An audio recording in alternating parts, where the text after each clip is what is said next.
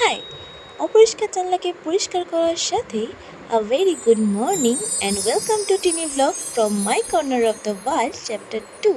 আর এই হলো আমার 2 জানালাভর্তি গাছের কালেকশন। দেন ড্রেস চেঞ্জ হওয়ার ট্রানজিশন ভিডিও করতে গেছিলাম, বাট আমি নেক্সট ভিডিও নিতে অফকোর্স ভুলে গেছি। নাচতে নাচতে বাড়ি থেকে বেরিয়ে গেছি ডিউটির জন্য। বাইরে বৃষ্টিও কমবে না আর এই জল জমাও কমবে না। যদিও একটু শুকনো ডাঙা খুঁজে খুঁজে গিয়েছিলাম, এন্ড পয়েন্টে গিয়ে পা ভেজাতেই হয়েছে। যাই হোক, ওই গরমে ভেপসে যাওয়ার থেকে আমার মনে হয় এই বৃষ্টি জল এসবই ঠিকঠাক আছে। বুঝে গেছি।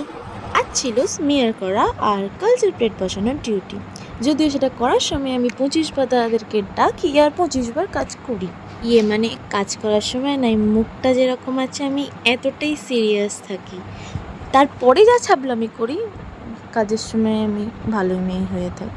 এখানে টোটাল 6টা, আরও বেশি থাকতে পারে, বাট আমার ভাগ্যে 3টে, আর যিনি ক্যামেরা করে দিচ্ছেন তার ভাগ্যে 3টে পড়েছিল। স্পুটাম মিন্স প্রচলিত ভাষায় যেটাকে আমরা বলি কফ। কিন্তু যিনি ক্যামেরা করে দিচ্ছেন তিনি কফের চেহারা দেখেই বলছেন, না ভাই তুই কর, আমার দ্বারা এসব হবে না। অগত্যা আমি বন্ধুর কথা ফেলতে পারিনি, তাই বাধ্য মেয়ের মতো বন্ধুর কথায় সব করে ফেলেছি।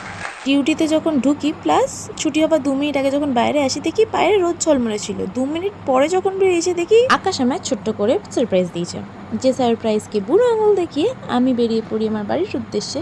বাড়ির সামনে পৌঁছে দেখি জ্যাম লেগেছে, মানে জাস্ট একটা স্টপেজ আগে। বাড়ি ফিরে স্নান সেরে নিয়ে 1 কাপ গরম গরম গ্রিন টির সাথে আমি আমার আফটারনুনকে ওয়েলকাম করি। অ্যান্ড এবার যাই পড়াতে। চা তো ছিলই, মা এর সাথে আমাকে একটা সুন্দর সারপ্রাইজ দিয়েছে, গরম গরম আলুর পকোড়া টাইপ।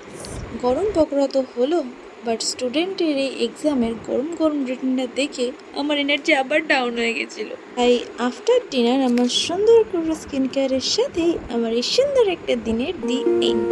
Good night.